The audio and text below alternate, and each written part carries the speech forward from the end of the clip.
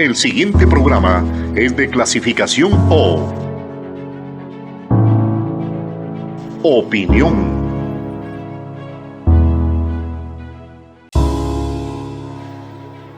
El siguiente programa es un espacio contratado. Curiquingue TV no se responsabiliza por las versiones emitidas.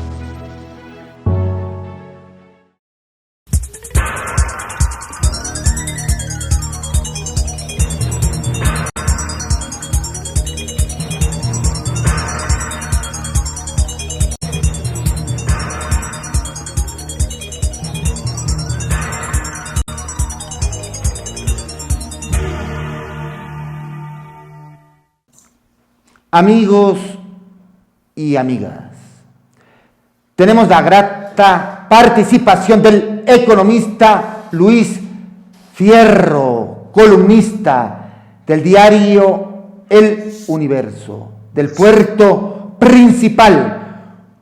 Muchas gracias realmente por la oportunidad. Muy buenas noches. Buenas noches, ¿cómo está?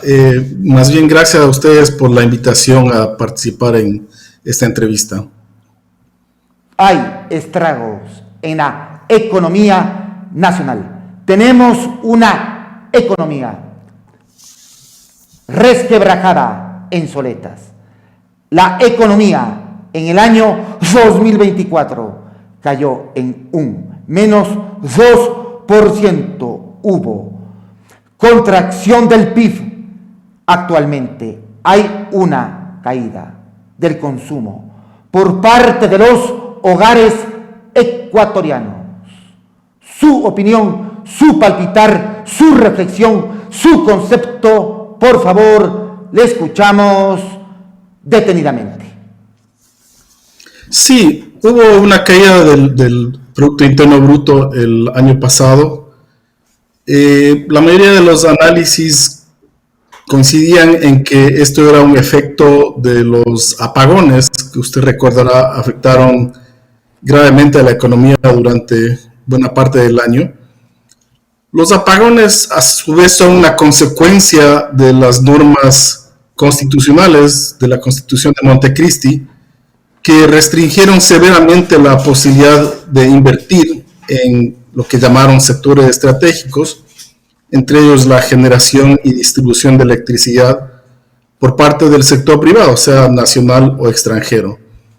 Entonces, definitivamente, dada los apagones que eran a su vez consecuencia de la sequía, de la falta de generación por las hidroeléctricas, fue que hubo ese descenso económico. No obstante, para este año se anticipa una recuperación bastante fuerte, que es realmente como un rebote, ¿no? Cayó el año pasado, este año se recupera. Durante el trayecto, durante la instancia de este gobierno se aprobó la ley de competitividad en materia energética. Por ende y por consiguiente debería haber una inversión por parte del sector privado. Yo, en lo personal, tengo la convicción de que no debe darse cierta inversión por parte del sector privado. Son sectores estratégicos que forman parte de la economía nacional. Lo que hace el sector privado es lucrar, enriquecerse, subiendo las tarifas respectivas. A la postre vamos a pagar más por el costo en cuanto a la energía eléctrica. Por darle y citarle un ejemplo respectivo economista. Bueno, estábamos pagando más porque estábamos importando electricidad de Colombia, que es producida por el sector privado colombiano. Entonces, en lugar de beneficiar a empresas ecuatorianas, al sector privado ecuatoriano, se estaba beneficiando al sector privado colombiano. Entonces, esta es una insensatez, o sea, no se puede limitar la inversión privada en un sector tan importante como la electricidad. Más bien lo que se debería hacer con fuerza es promover la energía renovable. Me refiero sobre todo a la energía solar y eólica. El Ecuador está en un lugar privilegiado para la generación de estos tipos de energía renovable, y peor aún si es que se limita la inversión al sector público, que como vimos en Coca-Cola Sinclair resultó en una represa costosísima y con muchas fallas, porque también fue construida por una empresa china. Entonces, el modelo correísta de electricidad fue un fracaso, condujo a sobredependencia de la hidroelectricidad y condujo a la construcción de represas que tuvieron fallas. Entonces, ese modelo no se puede continuar, obviamente. Lo que sí se debe hacer, como dije antes, es promover la energía renovable.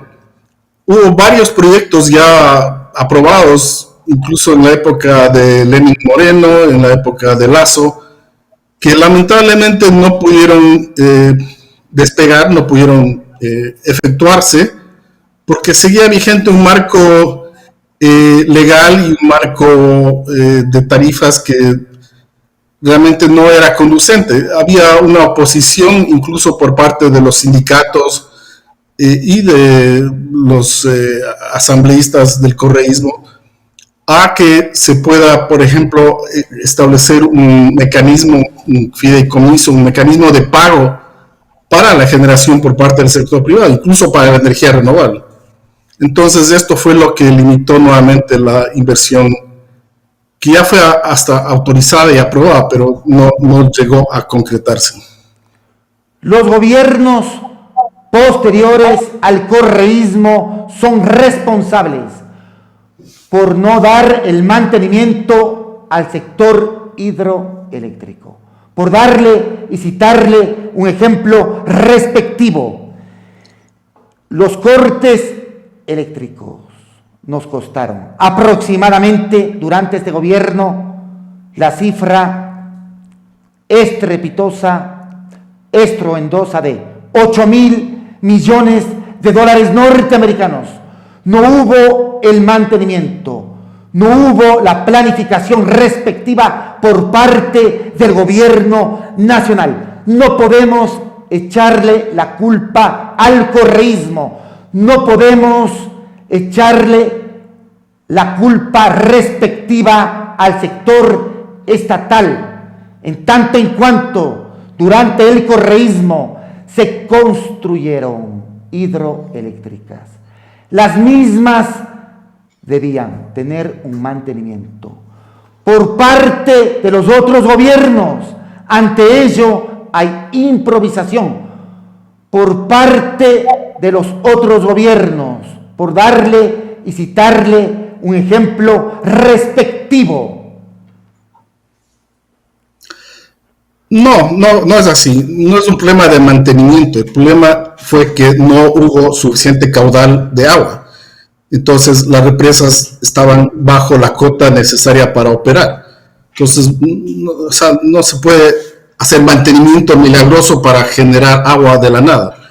Entonces, no es el problema de falta de mantenimiento. Pero el problema sí es del estiaje, por darle y citarle un ejemplo respectivo, y no tomó los correctivos necesarios, pertinentes, suficientes, economista.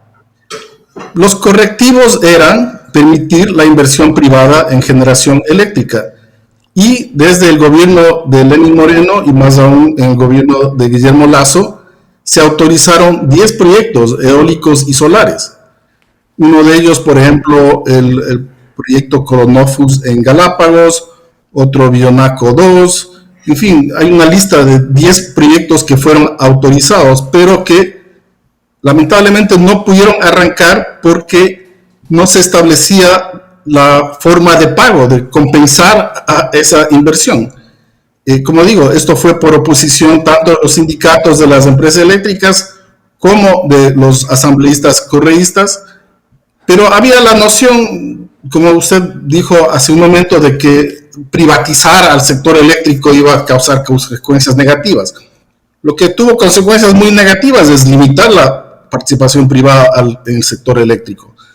Pero esto es algo, por ejemplo, la ley de competitividad en materia energética por parte del gobierno nacional y no hay inversión. Esta inversión no es de la noche a la mañana. Pretenden ganar, lucrar, no invertir, no generar, sino ganar por la distribución. Sí, la ganancia es un factor de la inversión privada, o sea, nadie invierte para perder dinero, obviamente. Entonces, lo que se busca es aumentar la capacidad de generación para que no se produzcan este tipo de apagones. Hubo errores, sí, con esto de la Barcaza, por ejemplo, y otros proyectos fallidos. Pero a mediano plazo, digamos, lo que cabe es que se invierta de manera masiva en generación solar y eólica. Hay países del norte de Europa donde hay mucho menos radiación solar, y no sé, bueno, no sé las condiciones eólicas si sean peores o mejores, pero en todo caso, el Ecuador podría exportar electricidad si aprovechase todo su potencial eólico y solar, a lo cual se puede añadir geotérmico, se puede añadir pequeñas plantas hidroeléctricas que no requieran represas, se puede añadir incluso energía mareomotriz, que en algunos países también se está desarrollando. Entonces, en definitiva, el problema no es privado, como dice usted, pero ellos quieren ganar por la comercialización, por la distribución. Por darle y citarle un ejemplo respectivo, nada impide que haya inversión foránea, que haya inversión nacional actualmente. Sin embargo, el sector privado no invierte. No hay que echarle la culpa al Estado. No invierte porque se tenía que establecer un mecanismo de pago para la generación eléctrica privada. Y esto fue muy difícil de hacer. La última vez que supe... repetir esta parte? Perdón, no le escuché detenidamente. Sí. Economista, por favor. Se tenía que establecer un mecanismo de pago para la generación eléctrica por parte del sector privado. Esto se trabó y no había una salida. Lo último que supe es que el Banco Interamericano de Desarrollo, el BID, iba a dar una especie de garantía para que se pueda constituir ese fideicomiso. Pero en definitiva, lo que se requiere es que se pueda pagar al sector privado por la generación eléctrica. Hay también mucha autogeneración, digamos, por parte del sector privado. Grandes empresas que han invertido en generación eléctrica, pero para autoconsumo, digamos. Lo cual sí está prendido por la ley y sí ha funcionado, pero no debería restringirse que se pueda también vender al Sistema Nacional Interconectado para suplir justamente en momentos en que no hay suficiente generación por parte del sector público. Pero bueno, como digo, esta es una de los muchos problemas que tiene la Constitución actual, por la cual escribí una columna en la cual abogaba por que se vote sí en la consulta para que se pueda establecer una nueva asamblea constituyente.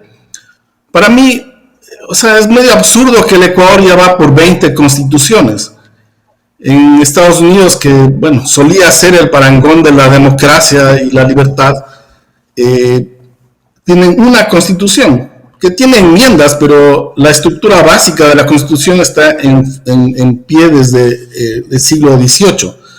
Entonces, como principio general, no soy muy fan de tener constituciones cada 10 años, pero lamentablemente la constitución actual tiene muchos problemas, entre ellos este que digo de la limitación a la inversión privada. Ya vamos con la constitución actual. En tanto en cuanto, por ende y por consiguiente, no podemos echarle la culpa a la constitución actual por la falta de inversión privada en el sector eléctrico nacional. Esto en sí no se ajusta a la realidad, porque tenemos cierto sector privado, voraz, por ganar, no por invertir. Entonces, culparle a la Constitución de Montecristi no se ajusta, no responde, no obedece a una realidad en el Ecuador. Yo, en lo personal, discrepo con usted, economista.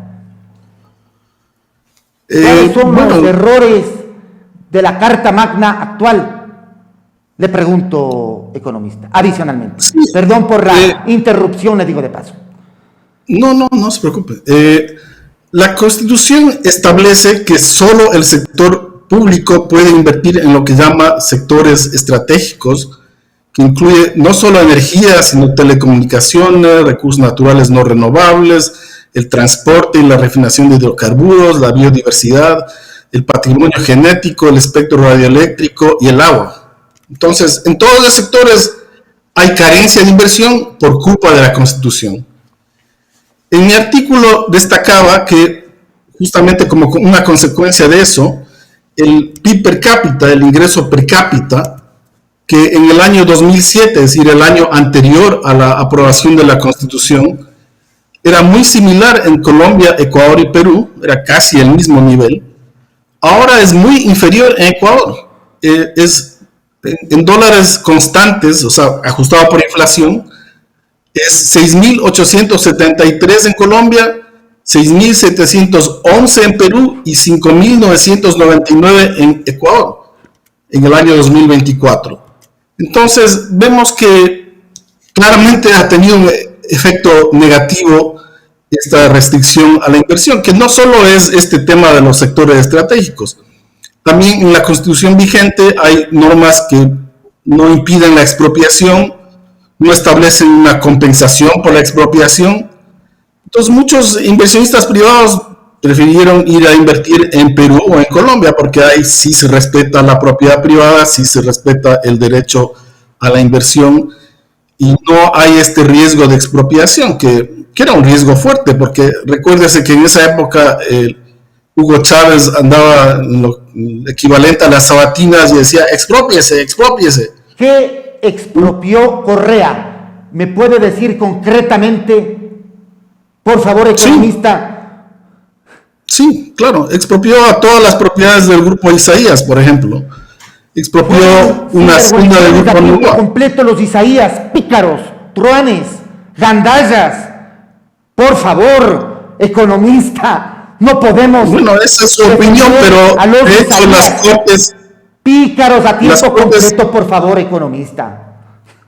De hecho, las cortes han fallado a favor de los Isaías y han tenido que compensar. Sinvergüenzonas también, cooptadas, compradas.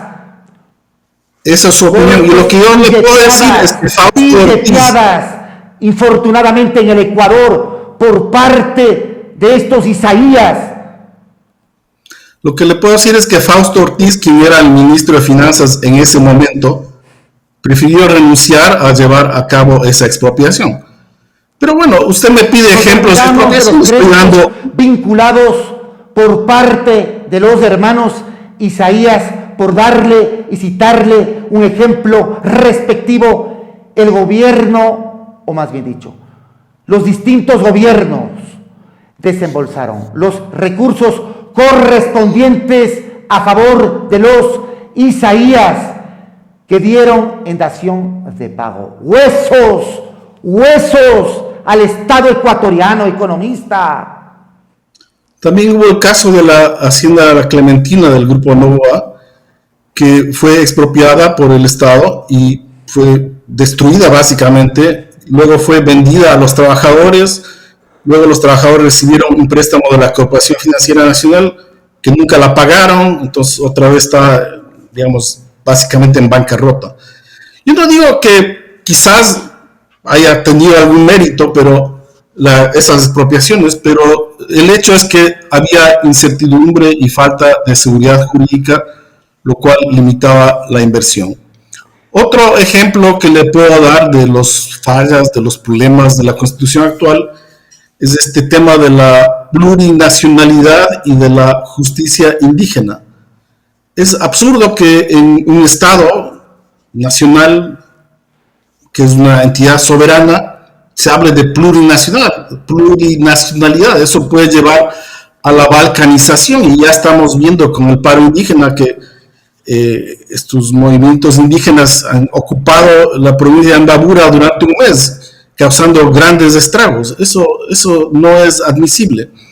Y también vimos que tomaron, entre comillas, presos o bajo la justicia indígena, atraparon a algunos soldados, los vejaron, los golpearon. Y la criminalización y la judicialización de la protesta social por parte del gobierno nacional, que va a quedar en la impunidad. ¿Usted justifica, economista, le pregunto? Es decir, pobrecitos los militares, pobrecitos los policías, armados hasta los dientes. Yo no justifico la violencia por ninguna de las partes, pero, por ejemplo, en el caso de la persona fallecida, me parece que es Efraín, si no recuerdo mal, Rueda. Las Fuerzas Armadas mismas han dicho que sí hubo un exceso, un abuso de fuerza, y que debería investigarse y condenarse a quienes sean culpables. Pero tampoco se puede admitir que grupos de manifestantes quemen vehículos, bloqueen carreteras por semanas o meses, causen actos vandálicos, ataquen a las maquinarias y a los trabajadores de las... Fueron los infiltrados del gobierno nacional, de acuerdo a ciertas fuentes extraoficiales, economista. Es decir, el relato, la narrativa del gobierno nacional fue la siguiente: que los indígenas, que los manifestantes son terroristas, revoltosos, vagos. Por ende y por consiguiente, quien infundió la violencia habría sido el propio gobierno nacional, por darle y citarle un ejemplo respectivo, economista.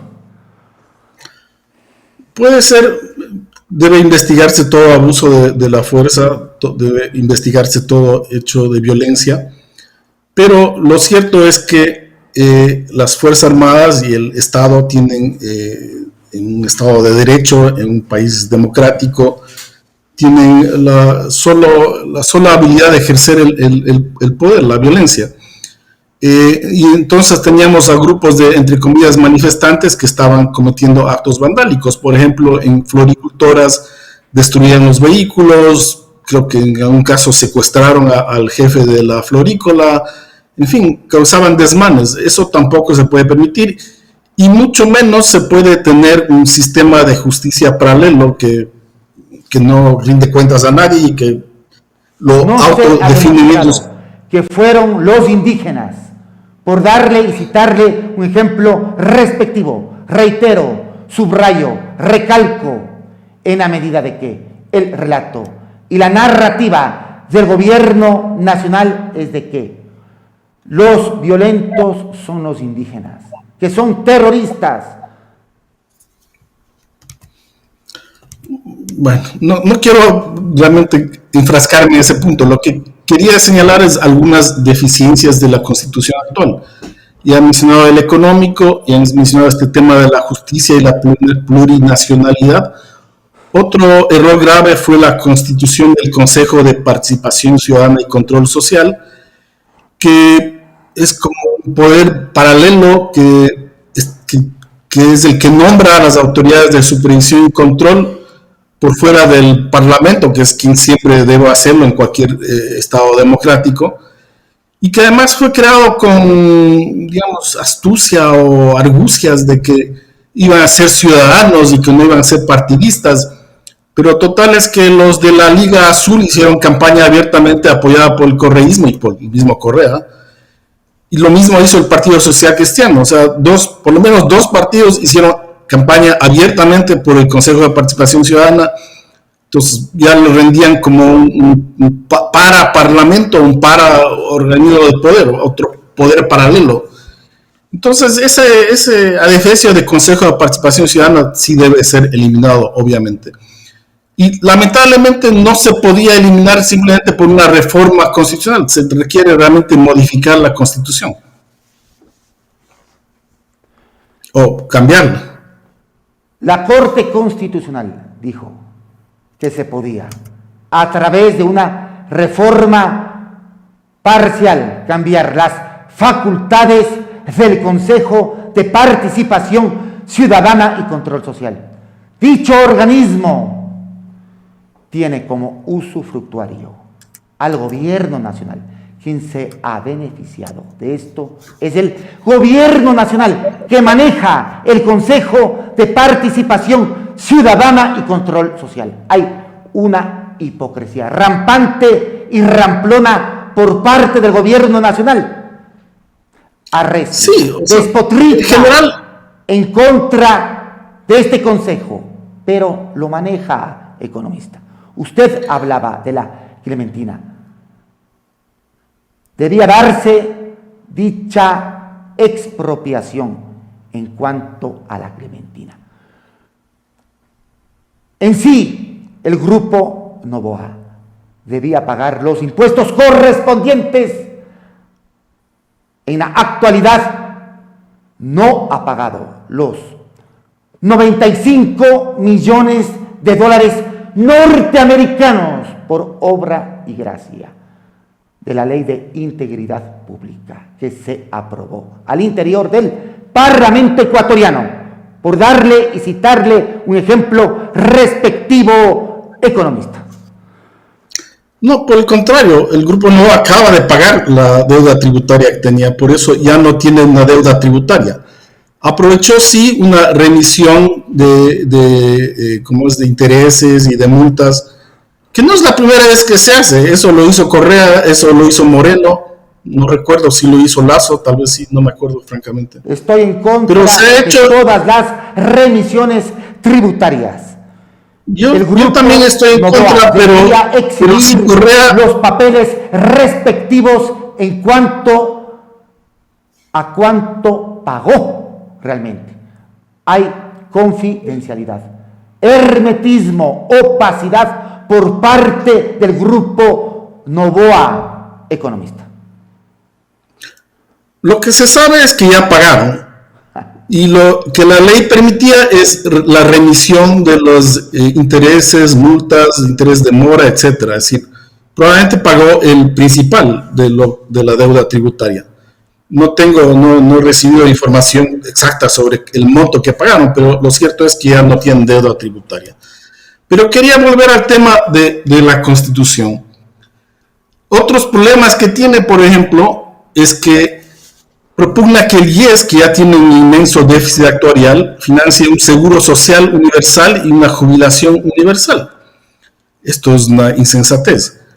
También en la Constitución vigente no se permitió el matrimonio homosexual, porque, como sabemos, Correa era un curuchupa, pese a decirse socialista.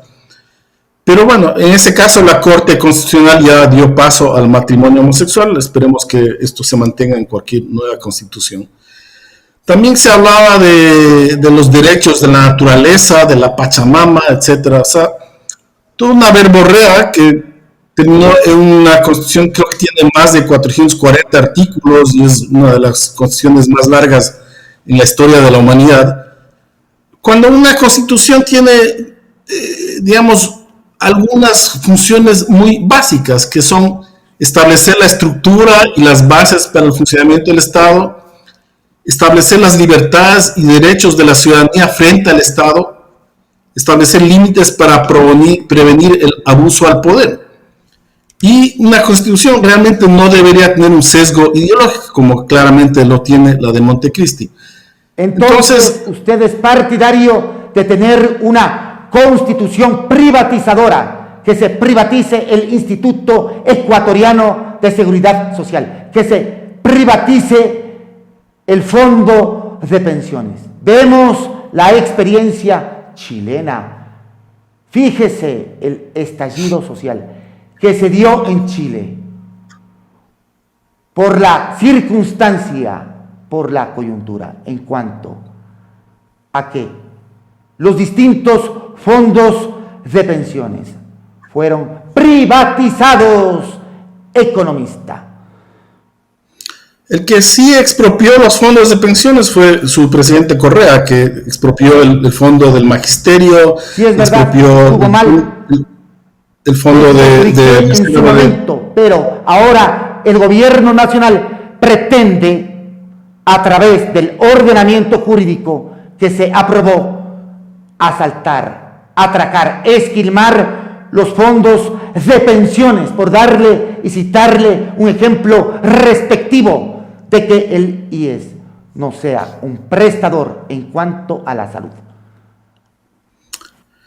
Bueno, ese es otro tema. O sea, no necesariamente tiene que haber dos sistemas de salud paralelos, uno de la seguridad social, otro del sistema de salud pública. Pero ese es otro tema. No necesariamente en una nueva constitución se debe privatizar nada. No es ese el objetivo. Es lo que pretende el gobierno nacional. No podemos engañarnos, economista. Bueno, no sé qué pretende el gobierno, pero la constitución dependerá de quienes sean electos a la Asamblea Constituyente. Si es que un bloque fuerte sale de las filas de ADN, bueno, supongo que tendrá alguna influencia el gobierno. Pero en definitiva, nosotros... Defender a la Pachamama es malo. Increíble, economista, de acuerdo a su criterio derechista. Con todo el respeto le digo, economista. Yo no soy derechista, soy de centro izquierda. Pero esto de los derechos de naturaleza era una cosa de propaganda, porque la naturaleza no tiene abogados que lo defienden. Y de hecho, el gobierno de Correa impulsó el extractivismo muy por encima de cualquier derecho de la naturaleza. Entonces, es una frase hueca, ¿no? Pero en definitiva, como decía, una constitución no debería tener un sesgo ideológico, y esto lo aprendieron bien los chilenos. ¿Qué pasó en Chile? Hubo una asamblea constituyente que aprobó una constitución súper izquierdista. Fue a referendo y perdió. Luego estructuraron unas comisiones que más bien tuvieron un sesgo muy a la derecha. Terminó una constitución más derechista que la de Pinochet. Y nuevamente fue a referendo y perdió.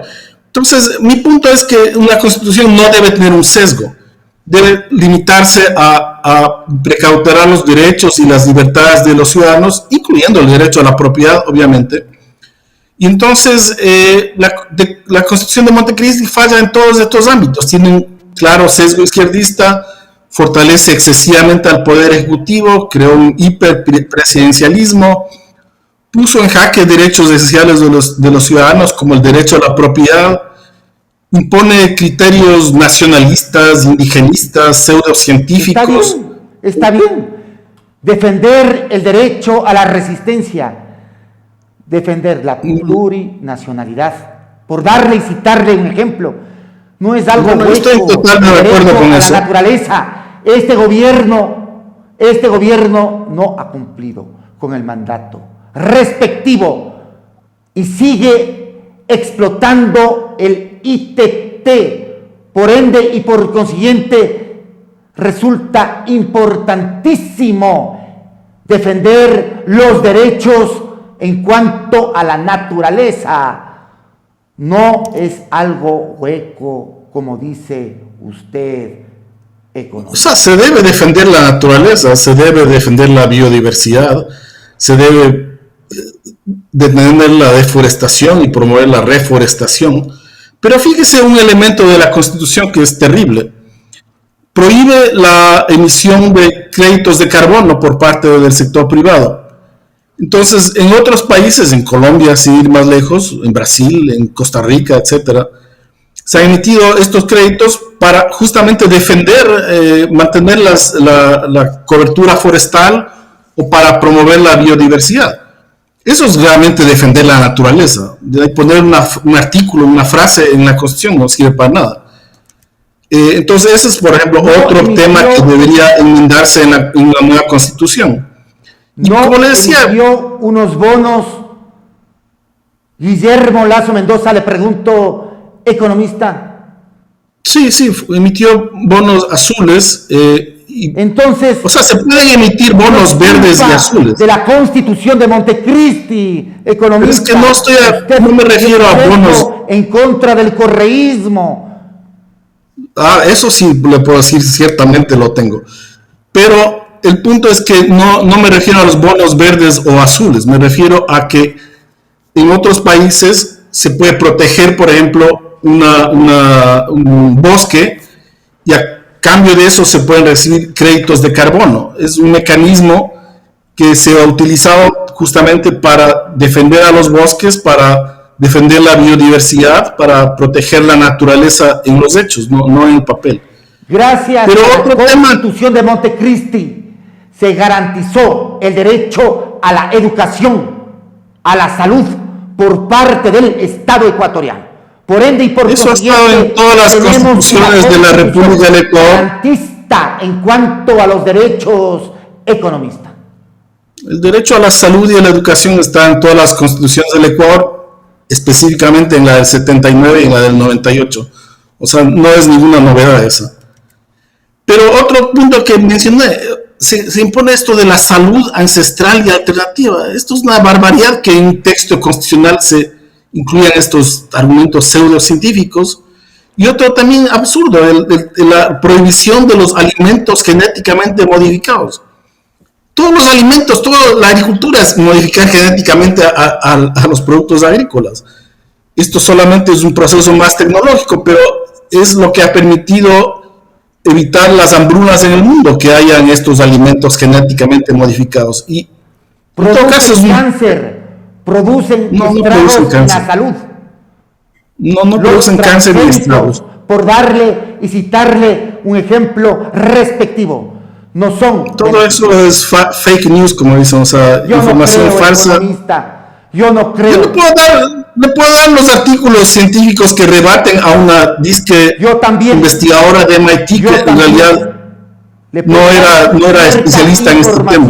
Científica, economista. Sí, bueno, la gran mayoría de los alimentos que consumimos actualmente es genéticamente. Al mercado. Simplemente. La gran mayoría de los alimentos que consumimos es genéticamente modificada y no nos ha dado cáncer hasta el momento. Estoy en contra. Pero bueno, como le digo, este es un debate que se puede tener entre científicos o entre personas. O sea, usted puede tener una opinión, yo tengo otra opinión. Pero no cabe que en un texto constitucional se mencione una decisión sobre ese punto, porque no tiene sentido. No es el papel de una. No afecta tampoco. ¿Perdón? ¿Cómo? No afecta tampoco, economista. ¿Quién no afecta? Por el tiempo, infortunadamente, desgraciadamente, lamentablemente, muchas gracias por la oportunidad, asambleísta. Ganará su gobierno la consulta popular. Le pregunto para terminar. He visto una encuesta, me parece que es de Click Reports, en donde sí tiene un apoyo mayoritario. Pero no es seguro, ¿no? Hay personas que incluso son anticorreístas, pero que también tienen alguna inquietud sobre algunas prácticas autoritarias del gobierno actual. Mi respuesta es muy simple. O sea, perdón por la interrupción. Tenemos un gobierno totalitario que maneja todo, que controla todo, que concentra. O sea, Chávez, Ortega, ellos son totalitarios. Ni en sus sueños no es totalitario. Perdón, no le escuché, mi apreciado economista. Hugo Chávez, Maduro, Daniel Ortega, ellos son totalitarios. Son igualitos que Noboa, perdón. Bueno, esa es su opinión. Son igualitos. Pero mi punto básico es el siguiente. Al diario Expreso, por darle y citarle un ejemplo respectivo, supuesta defraudación tributaria. Por favor, economista. En eso estoy en desacuerdo. Descabellado, economista. Pero mi punto básico es que la nueva constitución dependerá de a quienes elijamos como asambleístas constituyentes. Hasta la Luisa González ya se apuntó a ser candidata, o sea, tendrán también su buen bloque. Lo ideal sería lo mismo que yo les sugerí a los amigos chilenos. O sea, no hagan una constitución para un gobierno, no hagan una constitución para un partido, hagan una constitución para que se quede 200 años, para que sea algo estable, algo que defienda los derechos, las libertades ciudadanas, algo que permita el progreso, la prosperidad, pero que no imponga criterios ideológicos o pseudocientíficos o realmente partidistas, ¿no? Que sea algo básico, que sean máximo 100 artículos, no tienen que ser 444. Pero vamos a tener una constitución neoliberal, derechosa, privatizadora de todo economista. Eso depende de presidente por quién votemos. Daniel Noboa Asín. Vamos a tener una constitución extractivista en materia minera, en materia petrolera. La constitución actual y la práctica actual es extractivista, o sea, bajo Correa, bajo Moreno, bajo todos, ha habido mucha... afianzar más, todo estará en manos del sector privado. Por el tiempo, muchas gracias por la oportunidad, economista. Muchas gracias a usted y buenas noches.